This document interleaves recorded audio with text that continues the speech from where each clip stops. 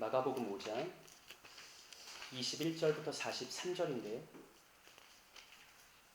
마가복음 5장 21절부터 43절 낭독은 35절부터 43절까지 하겠습니다.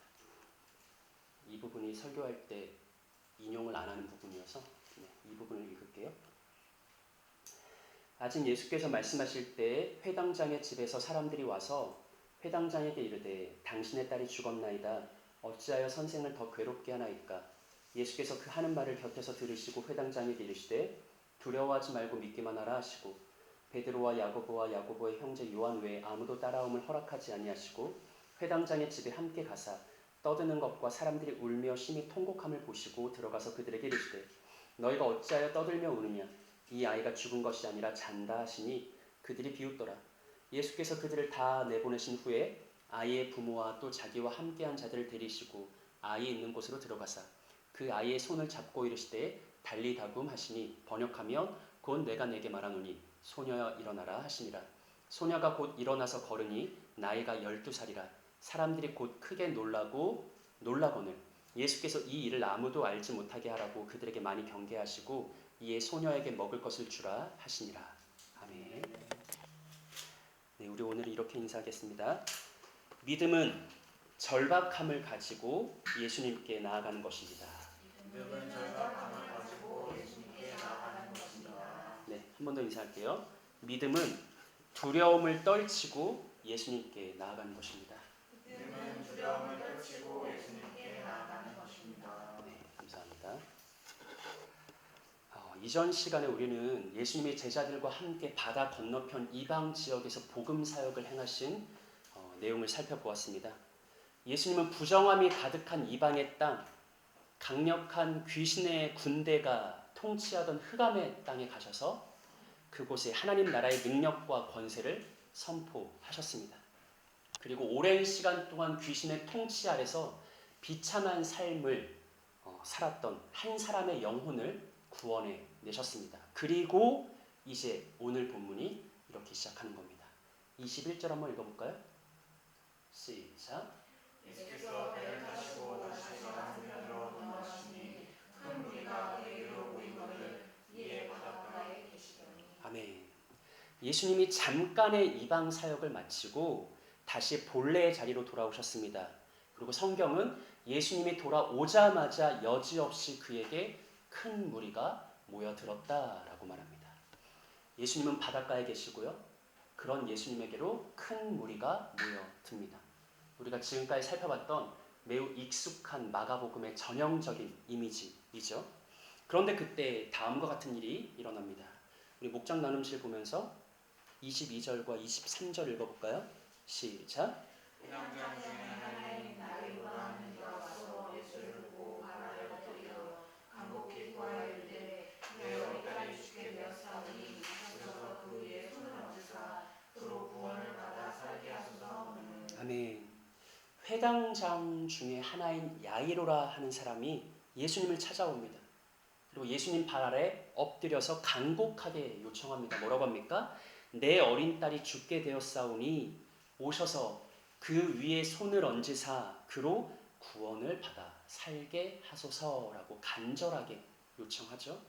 오늘 본문은 예수님이 이러한 야이로의 청을 받아들이시고요.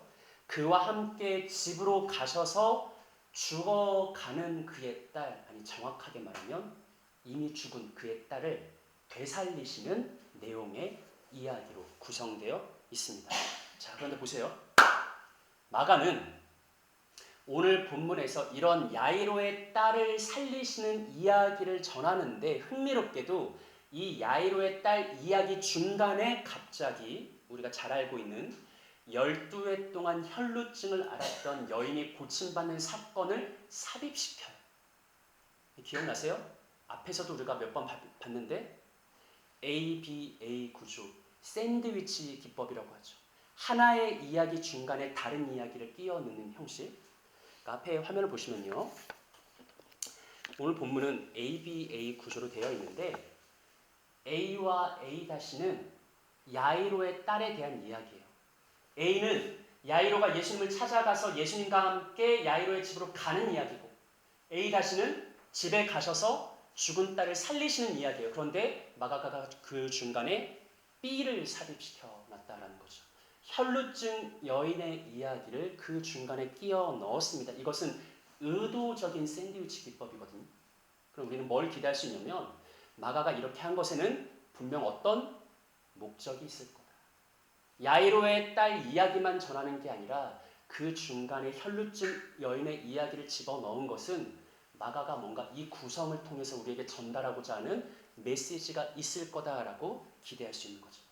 여러분, 흥미로운 것은 뭐냐면, 야이로의 딸 이야기와 혈루증 여인 이야기에는 매우 공통적인 여러 가지 요소, 어떤 설정이 담겨 있어요. 제가 4가지만 말씀드리면, 열둘이라는 요소, 딸이라는 요소, 부정이라는 요소, 그리고 접촉이라는 요소를 말할 수 있습니다. 자, 야이로의 딸은 몇 살이에요? 모르지. 안 읽어봤죠 우리가. 야이로의 딸은 12살이에요. 그런데 여인은 12해 동안 혈루증을 알아왔어요. 그리고 예수님은 야이로의 누구를 고쳐요? 딸을 고쳐요.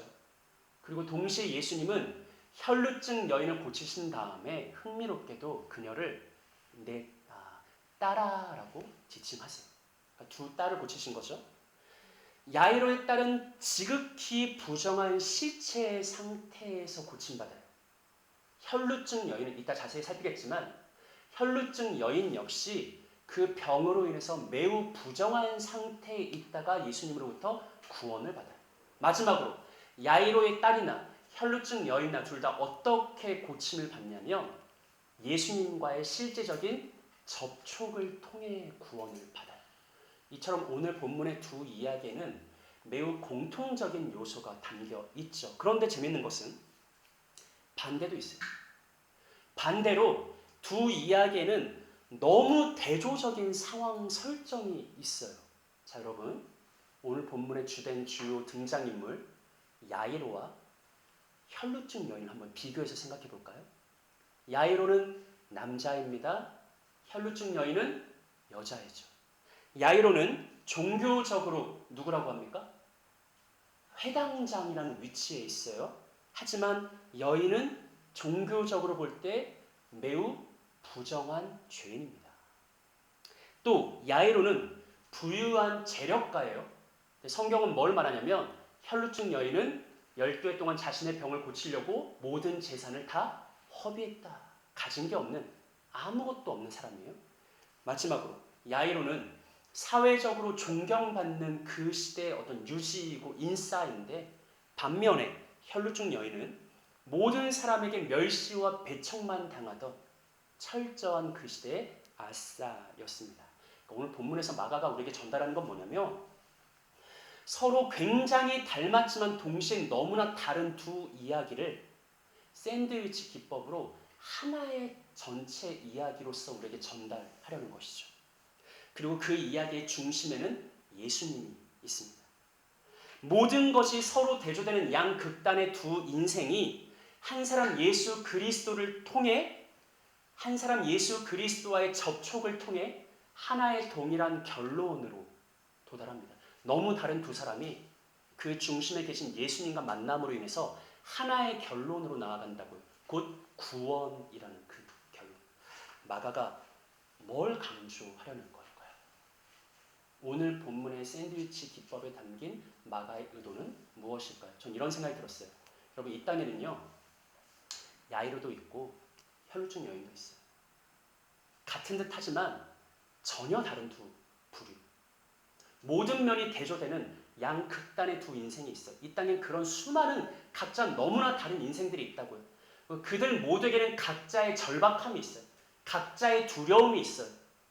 오늘 성경이 말하는 것은 그것이 누구이든지, 야이로든 혈루증 여인이든, 사회적으로 재력가고 부유하고 존경받고 그런 사람이든, 아니면 멸시받고 천대받고 가진 것도 없고 모든 재산을 낭비하고 아무것도 없이 절망 속에서 살아가는 여인이든, 이 땅의 어느 누구든 그들 모두는 그들 안에 있는 절박함과 두려움은 한 사람 예수 그리스도를 통해서만 해결될 수 있다. 그리스도 예수와의 접촉을 통해서만 그들의 근원적이고 실제적인 문제가 해결될 수 있다. 그리고 한 걸음 더 나아가서 그 예수님께 나아가는 방법은 하나밖에 없다. 부유한 자나 가난한 자나 사회적으로 높은 위치에 있는 존경받는 자나 천대받는 자나 그런 것과 상관없이 우리 인생의 유일한 해답 되시는 예수 그리스도에게로 인생들이 나아가는 방법은 하나밖에 없다. 미래 결론적으로 말하면 믿음이라고 제시. 야이로도 믿음으로 나아갔고 혈루증 여인도 믿음으로 나아갑니다. 믿음으로 나아가는 자만이 인생의 유일한 해답이신 예수 그리스도를 만날 수 있고 그분과 접촉할 수 있고 그분으로 인해서 구원받을 수 있습니다. 마가는 바로 오늘 본문을 통해서 우리에게 이러한 내용을 강조하고 있는 것이죠. 오늘 우리는 야이로와 혈루증 여인의 믿음이 어떤 모습이었는지를 함께 살펴볼 것입니다. 바라기는 오늘 이곳에 모인 사랑하는 형제 자매 모두에게 말씀을 통해 믿음에 대한 보다 확실한 이해와 확신이 생기고 또 믿음의 부요한 열매가 맺히는 그런 은혜의 복이 있었으면 좋겠습니다. 자, 앞에서 살펴본 것처럼요. 오늘 본문은 ABA 구조로 구성되어 있죠. A는 회당장 야이로가 예수님께 찾아와 엎드려 간절히 요청하는 거죠. 내 딸을 살려주세요. 예수님이 그 요청을 받아들이고 야이로와 함께 그의 집으로 이동합니다. 그런데 A가 어떻게 마무리되는지 한번 본문 24절 읽어볼까요? 시작.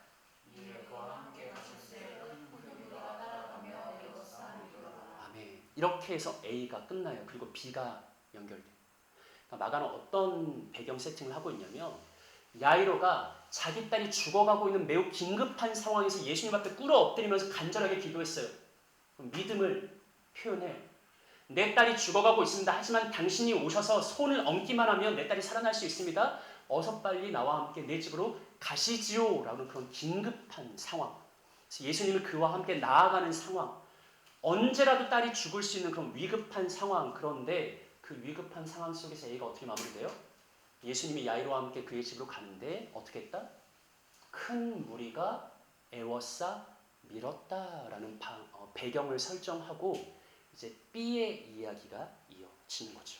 자, 목장 나눔실 보면서 교독할게요. 12회를 혈루증으로 알아온 한 여자가 있어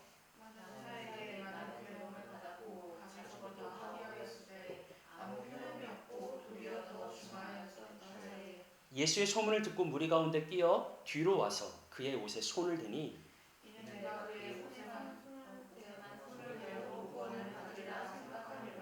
합독합니다. 이에 그의 혈루 근원이 곧 마름에 병이 나은 줄을 몸에 깨달으니라. 아멘. 여러분 12회 동안 혈루증을 알아온 한 여인이 있었습니다. 여기서 말하는 혈루증이 정확히 무엇인지는 모르겠어요. 아마도 그것은 여인의 하부 출혈과 관련된 질병일 것으로 보여요. 율법에 의하면 여성은 생리를 하는 일주일 동안은 지극히 부정한 상태로 간주되었습니다. 근데 이 여인의 문제는 뭐냐면 이 혈루증으로 인해서 그게 정확히 뭔지는 모르겠지만 피의 유출이 멈추지 않는 거.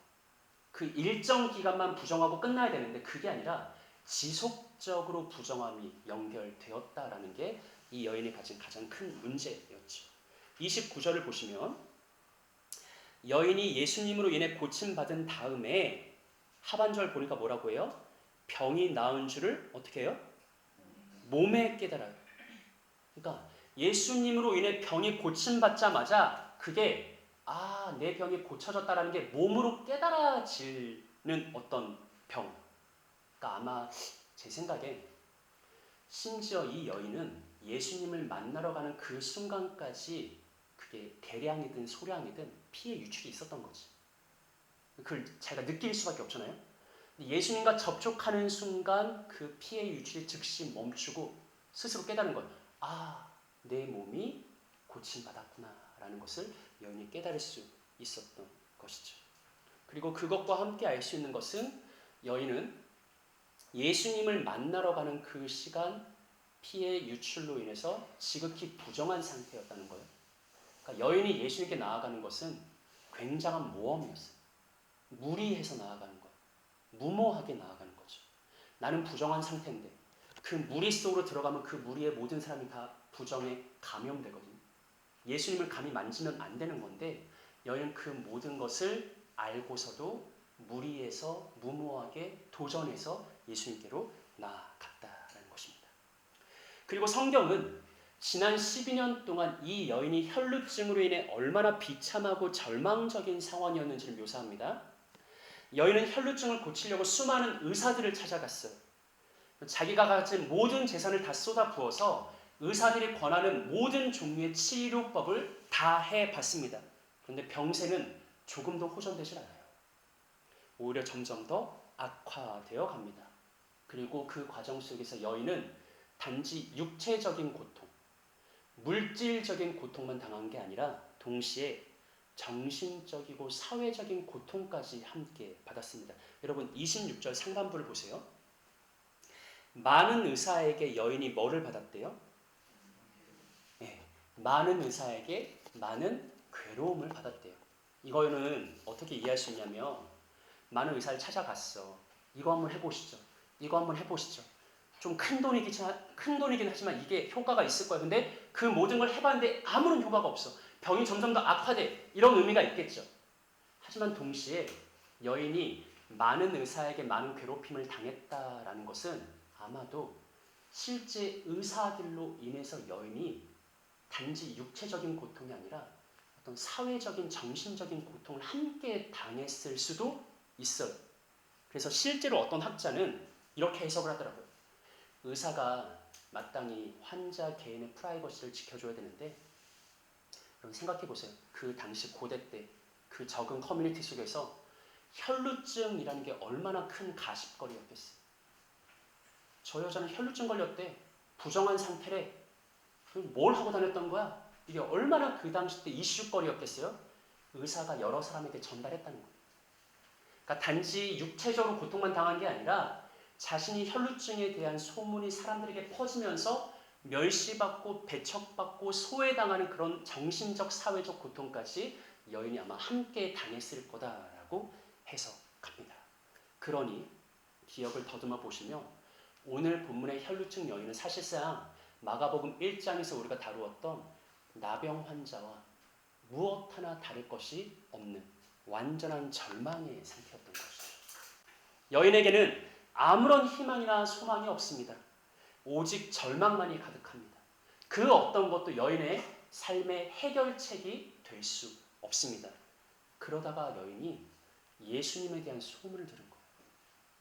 나사렛 예수에 대한 소문. 나병 환자를 깨끗하게 했다더라. 손 마른 자를 고쳤다더라. 모든 종류의 귀신을 내어 쫓는다더라 라는 그 예수에 대한 소문을 들었습니다. 그리고 여인은 그 소문을 듣고 예수님을 찾아왔습니다. 용기 내어 예수님께 나아갑니다. 아까 말했듯이 자기 몸에서 피가 흐르는 상태였다면 너무나 부정한 상태잖아요. 그 무리 속으로 들어가면 안 되는 거거든요. 만약에 누군가가 자기의 정체를 발견하게 되면 알아차린다면 여인은 단지 욕만 먹고 끝나는 게 아니라 어쩌면 그 자리에서 돌로 쳐서 죽임당할 수도 있는 정말 그런 해선 안 되는 일이었는데 그럼에도 불구하고 여인은 절망 속에서 한 가닥 소망을 발견한 거죠. 나사렛 예수라면 나를 고칠 수 있을 것이다 라는 소망.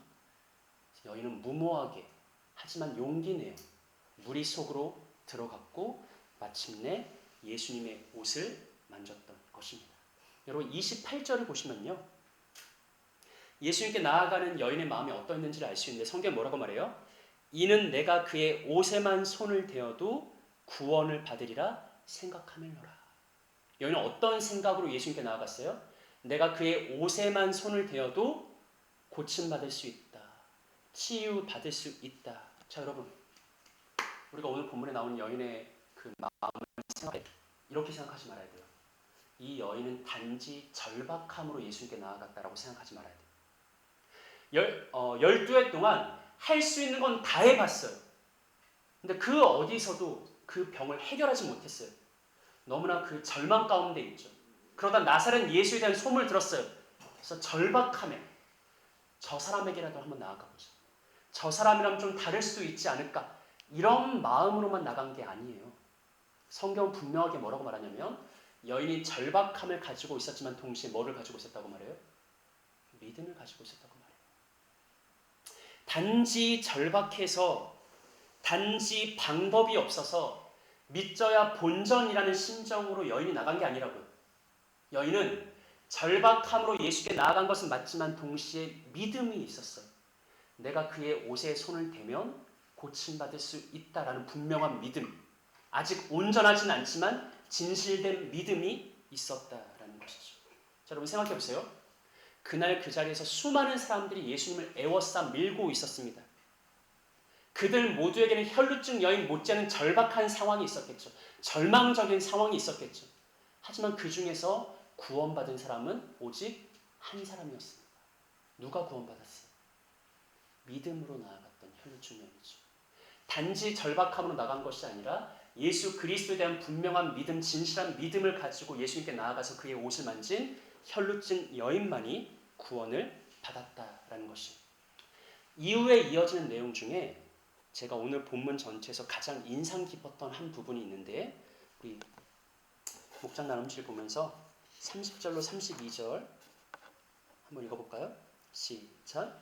예수께서 그들에게 계시께서 나를 스스로 하시고 무리 가운데서 돌이켜 말씀하시되 누가 내 옷에 손을 대었느냐 하시니 제자들이 여쭤보되 우리가 역사 있는 것을 보시며 누가 내 손을 대었느냐 물으시니까 하되 예수께서 이 행한 여자를 부르고 불러주시니. 아멘. 자, 여러분 여기에 굉장히 인상 깊은 장면이 있어요. 여인이 용기 내서 물이 틈바구니 속으로 들어가서 마침내 예수님의 옷자락을 잡았죠. 그리고 여인은 돌아섰는데 갑자기 예수님이 이렇게 말씀하세요. 누가 내 옷에 손을 대었느냐라고 말씀하세요. 제자들이 황당해하면서 이렇게 대답합니다. 무리가 애워싸 미는 것을 보시면서도 누가 내 옷을 잡았냐고 물으십니까? 무슨 말이에요? 제자들은 어떤 뉘앙스를 가지고 있는 거죠? 예수님, 지금 당신을 만지고 있는 사람이 한두 사람이 아닙니다. 그런데 누가 만졌냐고 물으시면 어쩌라는 겁니까? 라는 정말 황당하다는 대답이죠. 이날 큰 무리가 예수님을 애워싸 밀었습니다. 예수님의 옷자락을 만진 사람이 한두 사람이었을까요? 오직 혈루증 여인만이 예수님의 옷자락을 만졌을까요? 아니에요. 수많은 사람들이 옷자락을 만졌어요. 수많은 사람들과 예수님 사이에 접촉이 있었어요. 그런데 그 모든 것은 사실 큰 의미 없는 일상적인 접촉이었죠. 그런데 혈루증 여인이 믿음으로 예수님께 나아가서 믿음으로 그의 옷자락을 만지는 순간 예수님께서 말씀하십니다. 누가 내 옷을 만졌느냐라고 하시죠. 어떤 모습이냐면 예수님은 믿음으로 행한 여인의 행동을 결코 놓치지 않아요. 큰 무리에 둘러싸여 있어요. 계속해서 누군가가 예수님을 만지고 있어요. 정신없는 상황이에요. 그럼에도 불구하고 그 많은 손길들 중에 여인이 수줍게 내민 그 믿음의 손길, 믿음의 접촉을 예수님은 놓치질 않아요. 오늘 본문을 보시면 32절을 보세요. 예수께서 이 일 행한 누구를 보려고 하세요? 여자를 보려고 둘러보시니 라고 말하죠. 성경은 예수님이 누구야? 누가 나 만졌어? 이렇게 그냥 다소 그냥 누가 날 이렇게 만졌지? 라는 식으로 말하지 않고 내 옷을 만진 여인이 누구지? 라고 구체적으로 진술해요. 그러니까 성경이 말하는 것은 예수님은 그 많은 무리를 뚫고 자기에게 나와서 믿음으로 자기를 만진 여인을 정확하게 인지하고 있었다는 거예요. 그 여인의 믿음의 행동을 예수님은 놓치지 않고 정확하게 알고 계셨고 그 여인을 찾고 있었다라는 것이죠. 우리가 알 수 있는 것은 단지 예수님을 만진다고 해서 고침받는 게 아니라는 거예요. 그날 예수님을 만진 사람은 수없이 많았을 것입니다. 하지만 오늘 혈루증 여인과 같이 믿음을 가지고 예수님을 찾고 용기 내어 예수님께 나아가고 담대함을 가지고 소망을 가지고 믿음으로 예수님을 만진 그 여인만이 그 많고 많은 사람들 중에서 구원받을 수 있었다. 그리고 예수님은 그것을 놓치지 않는다. 우리의 작은 믿음의 행위를 결코 예수님은 놓치지 않는다라는 거. 저는 이 부분이 사실 오늘 본문에서 가장 인상 깊었었거든요. 여러분 여기서 잠시 여인의 마음과 행동을 생각해 볼까요? 자, 이 부분 되게 재밌어요. 여인은 예수님의 옷을 만지자마자 자기의 병이 고침받았다는 것을 깨달았어요. 그 다음에 여인은 어떻게 했을까요? 돌아섰어요. 그리고 무리 속에서 빠져나가요. 왜냐하면 자기가 혈루증인 상태고 극히 부정한 상태인데 사람들에게 양해도 구하지 않고 그 무리 속으로 파고 들어갔고 심지어 예수님을 직접 만졌는데 그게 다른 사람에게 알려져서 좋을 게 하나도 없어요. 그 여인은 기쁨을 느끼면서 그거를 막 공유하고 싶었을지 모르겠지만 무엇을 선택했냐면 나는 믿음으로 예수님께 나아갔고 믿음으로 예수님을 만졌고 믿음으로 고침 받았어. 그것으로 충분하다고 생각한 거. 그것으로 만족을 여겼어요. 그래서 여인은 조용히 아무도 모르게 돌아서서 무리를 빠져나가려고 합니다. 그런데 바로 그 순간 예수님이 크게 외치는 거예요. 누가 내 옷에 손을 대었느냐라고 말해요. 여인은 그냥 조용히 빠져나가려고 했는데 예수님이 크게 누가 나를 만졌느냐, 누가 내 옷에 손을 대었느냐라고 외치니까 그 소리를 듣자마자 여인의 가슴이 덜컥 내려앉았습니다. 하지만 여인은 상황을 잠시 지켜보기로 했어요. 마침 제자들이 예수님께 마치 불평하듯이 핀잔을 주듯이 퉁명스럽게 이렇게 대답해요. 예수님, 지금 무리가 에워싸 밀고 있지 않습니까? 수많은 사람들이 예수님께 손을 대고 있지 않습니까? 그런데 누가 내 옷을 만졌냐고 물으시면 어쩌라는 말입니까? 라고 말해요. 여러분, 예수님은요 제자들의 그 대답에 아랑곳하지 않고 걸음을 멈춰요. 돌아서요. 주변을 살피며 내 옷자락을 만진 여인이 누구냐라고 확신 있는 어조한 눈빛으로 그녀를 찾아냅니다. 여기서 잠시 누가복음의 도움을 받아볼까요? 누가복음 8장 46절 한번 읽어볼게요. 시작. 예수께서 이르시되 내게 손을 댄 자가 있도다. 이는 내게서 능력이 나간 줄 알미로라 하신대. 아멘. 여러분 이거예요. 여인이 예수님 만지고 나 고침받았어. 스스로 만족하면서 이것으로 충분해하고 그 무리를 빠져나가는데 갑자기 예수님이 누가 나 만졌어? 그런 거. 여인이 어찌할 바를 모르는데 제자들이 예수님 수많은 사람들이 당신 만지고 있잖아요. 왜 그러세요? 그랬더니 예수님이 아니라고 하면서 걸음을 멈춰서서 돌아보면서 누가 나 분명히 만졌다. 지금 내게서 능력이 빠져나갔다라고 확신 있는 어조로 말하면서 그 사람이 누군지를 찾고 있는 거예요. 여인의 그 모습을 보고 더 이상 숨길 수가 없다라고 생각했습니다. 그래서 예수님께 나아가죠. 본문 33절과 34절 보세요. 여자가 자기에게 이루어진 일 알고 두려워하여 떨며 와서 그 앞에 엎드려 모든 사실을 여쭈니 예수께서 이르시되 딸아 내 믿음이 너를 구원하였으니 평안히 가라 내 병에서 놓여 건강할지어다 하며 여인이 더 이상 숨길 수가 없다고 생각하고 예수님께 나아갔어요. 그런데 어떻게 나아갔대요? 두려워 떨며 나아갔대요. 왜 두려웠을까요? 왜 두려웠을까요? 온갖 형태의 두려움이 있었죠. 무리가 자기의 정체를 알면 어떻게 될까? 내가 부정한 사람인 게 그 정체가 드러나면 어떻게 될까? 예수님한테도 너무 미안하고 두렵기도 하고 그리고 예수님의 그 어떤 신적인 능력을 봤을 때 죄인으로서의 두려움을 느끼기도 하고 스스로에 대한 두려움이기도 하고 어찌되었든 여인은 두려움을 느끼면서 예수님 앞에 나아갑니다. 그리고 자기에게 있었던 모든 일을 예수님 앞에 고백합니다. 자 여러분 이것을 이렇게 한번 생각해 볼게요. 만약에 예수님과 여인의 이 만남이 없었다면 어땠을까요? 그러니까 예수님이 굳이 여인을 찾아내지 않았다면 어떻게 됐을까? 그것도 나름 해피엔딩이지 않았을까? 그날을 예수님을 둘러싼 수많은 무리 중에서 오직 이 여인 한 사람이 구원받았어요. 이 여인은 믿음으로 예수님께 나갔고 믿음으로 예수님을 만졌고 믿음으로 구원받았어요. 고침받았다고요. 이제 건강해졌어요. 그럼 된 거 아니에요? 그리고 여인은 다시 자기의 삶으로 돌아갈 수 있었어요. 정상적인 삶을 회복할 수 있었어요. 다시 기쁨과 즐거움을 누릴 수 있었겠죠. 그냥 이렇게 끝나도 나름 해피엔딩 아니에요? 근데 왜 굳이 예수님은 여인을 불러내죠? 왜 굳이 예수님은 여인을 찾아내죠? 누가 나를 만졌냐? 누가 내 옷을 손댔냐라고 왜 그 여인을 발견해낼까요? 불러드릴까요? 두려움 속에서 자기에게 나오게 할까요? 자기에게 있었던 모든 일을 예수님 앞에 고백하게 할까요? 왜 굳이 이런 일을 할까요? 이러지 않아도 충분히 해피엔딩 아니었을까? 하지만 예수님은 왜 여인을 찾아내고 나아오게 하고 고백하게 하는가? 왜 그랬을까?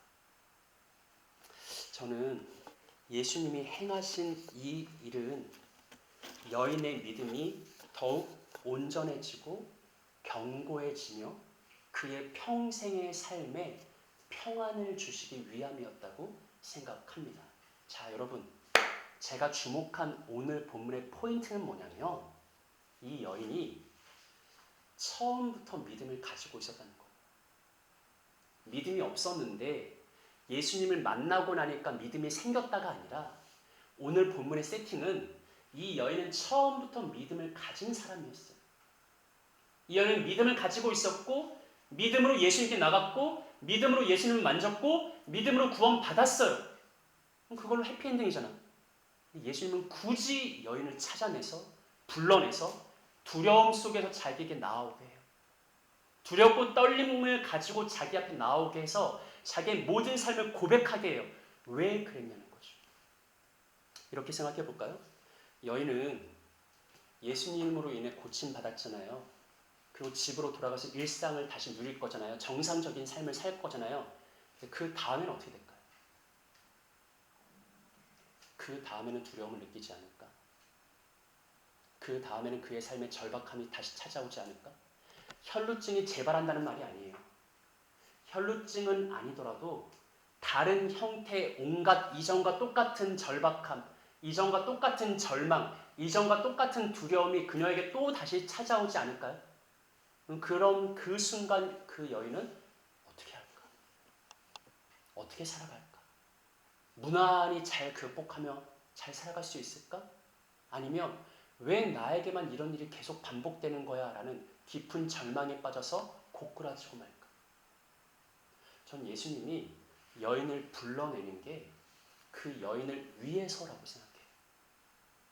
여인은 이미 믿음을 가졌지만 두려움을 직면하게 하고 예수님은 그 두려움을 넘어서 여인이 자신에게 나아오게 하십니다. 그리고 예수님과의 만남과 예수님과의 관계가 시작되게 하시죠. 예수님이 두려움을 이기고 두려움을 떨치고 자기에게 나온 여인에게 뭐라고 선포하시냐면 본문 하반절 34절 보시면 그녀를 뭐라고 부르시죠? 따라라고 부르죠. 아까도 한번 강조했었는데 복음서 전체에서 예수님이 구체적으로 누구를 따라라고 지칭하는 게 이 여인밖에 없어요. 이 본문밖에 없어요. 굉장히 영광스러운 호칭이에요. 굳이 신학적인 해석을 덧붙이지 않아도 예수님이 그녀를 뭐라고 간주하는 거예요? 하나님의 가족, 하나님의 가정으로 받아주시는 거죠. 그 여인의 두려움을 떨치고 그냥 예수님과 만나지 않아도 사실 해피엔딩으로 끝날 수도 있었을 텐데 굳이 예수님이 여인을 찾아내서 굳이 예수님이 여인을 불러내서 여인은 그 대중 앞에 서야 된다는 예수님 앞에 나아가야 된다는 그 모든 두려움을 떨치고 결국 예수님 앞에 나아가서 자기의 모든 삶의 정황을 다 고했을 때 예수님은 그녀를 따라라고 친근하게 불러주십니다. 그리고 선포하시죠. 내 믿음이 너를 구원하였다. 이미 구원받았어. 예수님의 이 말이 필요하지 않아요. 하지만 전혀 다른 거예요. 믿음으로 구원받았지만 그녀가 두려움을 떨치고 예수님과 만났을 때 예수님이 선포해 주신 거죠. 너의 믿음이 너를 구원했다. 그리고 이제 평안히 가라. 이 만남, 이 예수님과의 관계가 그녀의 평생의 삶에 빛이 되고 힘이 되고 능력이 되는 거예요. 소망이 되는 거죠. 다시 두려움이 찾아올 수 있겠죠. 다시 절박한 상황이 올 수 있겠죠. 하지만 이때 예수님과의 만남과 접촉이 그녀의 평생의 삶을 이끌고 인도하며 위로하고 회복하는 능력이 되는 것입니다. 예수님은 원래부터 믿음을 가졌던 여인을 다시금 불러내서 두려움을 인식하게 하시고 두려움을 뛰어넘게 하셔서 그에게 보다 견고하고 온전한 믿음을 회복시켜 주신 것이죠. 여러분, 이와 유사한 일이 이제 야이로에게 일어납니다. 오늘 본문이 이런 면에서 구성적으로 매우 재밌죠. 생각해 보세요. 야이로의 본래 계획이 뭐죠?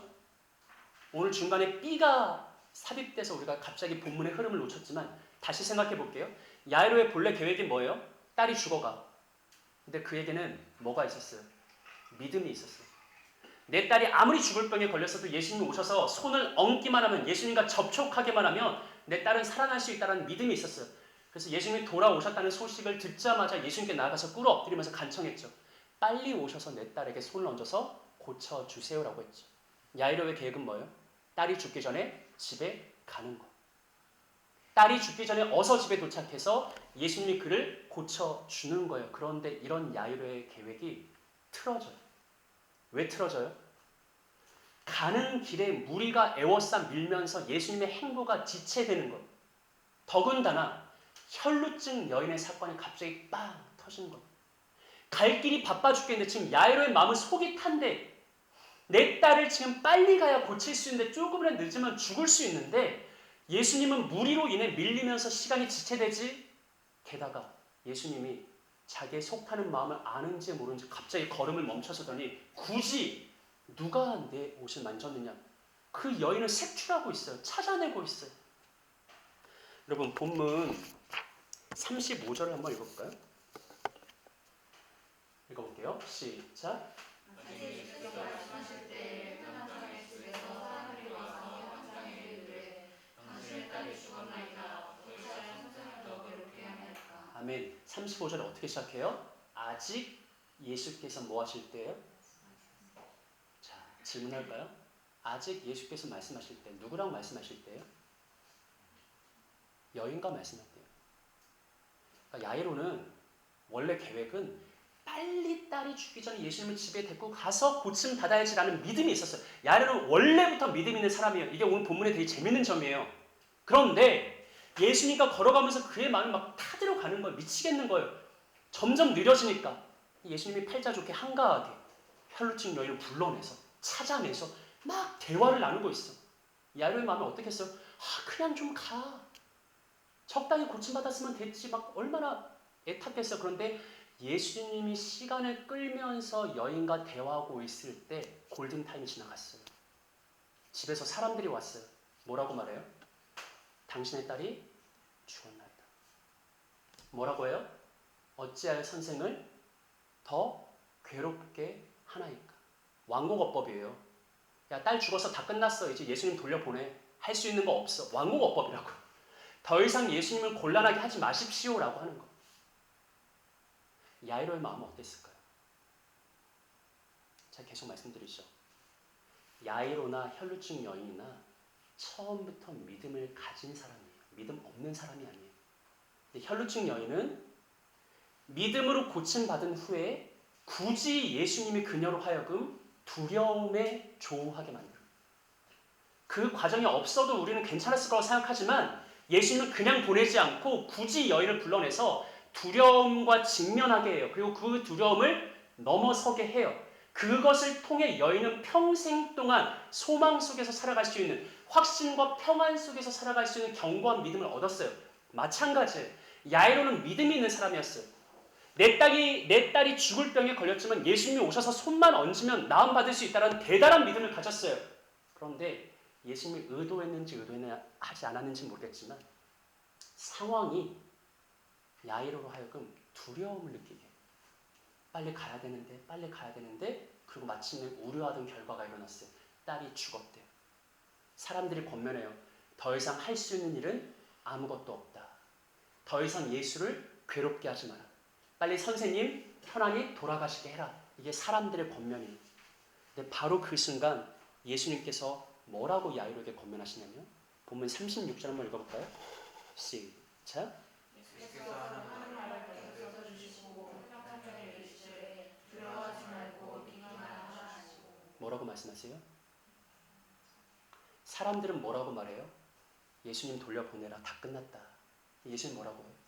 두려워하지 말고 믿기만 하라고.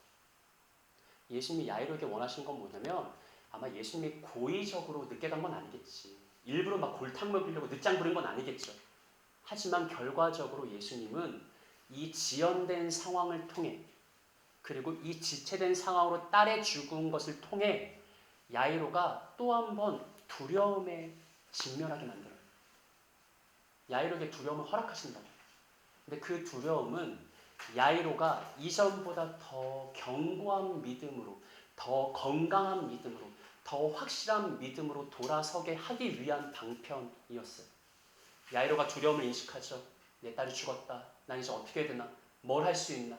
그때 예수님은 권면하시는 거예요. 두려워하지 말고 믿기만 해라.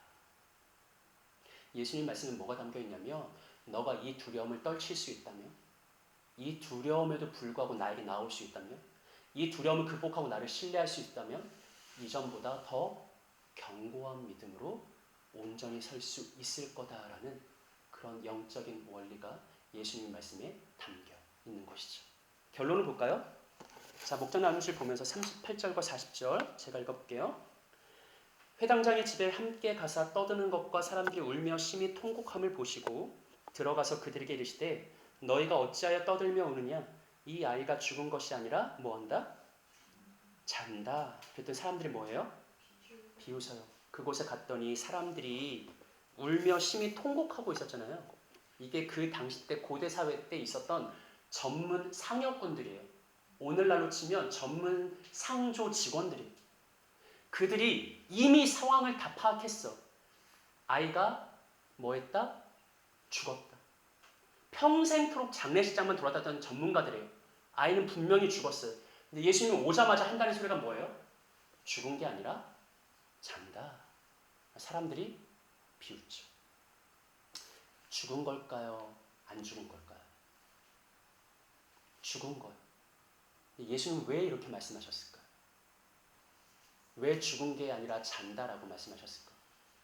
예수님은 두려움에 빠진 야이로에게 말씀하시는 거예요. 지금 너머를 봐라. 딸은 죽은 게 맞아요. 하지만 그곳에 예수가 오셨기 때문에 죽은 게 아니에요. 야이로의 이전 믿음은 뭐냐면 내 딸이 죽기 전에만 예수가 오면 살아날 수 있다라는 믿음이었어요. 근데 예수님은 그에게 두려움을 직면하게 하고 그의 믿음이 한 단계 더 나아가게 만들어요. 너는 내가 너의 딸이 죽기 전에만 오면 살아날 수 있다고 믿었지? 그것 굉장한 믿음이 알아. 나는 거기서 너의 믿음이 한 번 더 나가길 원해. 너희 딸이 죽은 거 맞지? 내가 이 자리에 있기 때문에 죽은 게 아니야. 자는 거야. 너는 그 지금 너머를 믿을 수 있겠어? 죽음 너머를 믿을 수 있겠어? 도전하시는 거죠. 아까 말했잖아요. 야이로에게는 극심한 두려움과 함께 두 가지 권면이, 두 가지 도전이 동시에 오는 거예요. 사람들은 뭐라고 해요? 다 끝났어. 죽었어. 예수님 돌려보내. 예수 뭐라고 계속해서 권면하시냐면 두려워하지 말고 믿기만 해라. 그러면 큰 일을 볼 것이다 라고 강조하신 거죠. 자, 여러분, 우리 오늘 본문에 두 사람을 봤습니다. 중요한 건 이 두 사람이 처음부터 믿음을 가진 사람들이었다는 거죠. 그리고 그들은 믿음의 행동을 합니다. 예수님은 결과적으로 그들 모두가 극심한 두려움과 직면하게 만들어요.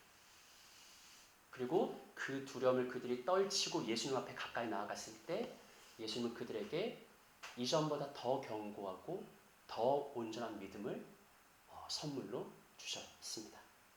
우리 오늘 이것을 기억하면서 두 가지 적용점 가지고 함께 기도했으면 좋겠어요. 첫 번째는 이거예요. 인생의 절박함을 가지고 우리가 예수님 앞에 나아가면요. 그리고 그 절박함을 뛰어넘는 믿음으로써 예수님 앞에 나아가면 오늘 본문이 우리에게 확실하게 담보하는 한 가지는 뭐냐면 예수님은 결코 우리의 믿음의 행동을 놓치지 않는다는 거. 예수님은 수많은 무리 속에 있거든요. 그 수많은 무리 속에서 나를 발견할까? 나를 알까? 나를 인식할까? 내가 그 많고 많은 사람들 중에서 믿음으로 행하는 어떤 선택과 판단과 행동을 과연 예수님이 알고 있을까? 라는 불안함이 우리에게 있을 수 있겠지만 성경이 우리에게 말하는 것은 예수는 결코 놓치지 않는다. 이 땅에서 우리가 절박함을 넘어 믿음으로 취한 행동들을 예수는 결코 놓치지 않고 반드시 응답하신다라는 것이죠. 두 번째는 예수님은 우리가 믿음으로 행할 때 때로 두려움을 허용하십니다. 내가 분명히 믿음으로 행했음에도 불구하고 굉장한 두려움에 직면하게 만듭니다. 하지만 그 목적은 두려움 넘어 두려움을 떨치고 더 온전한 믿음으로 나아가게 하기 위함인 거죠. 믿음으로 행했음에도 불구하고 내 삶에 두려움이 찾아올 때 예수님은 조용히 내게 말씀하십니다. 두려워하지 말고 뭐 하기만 하라? 믿기만 하라.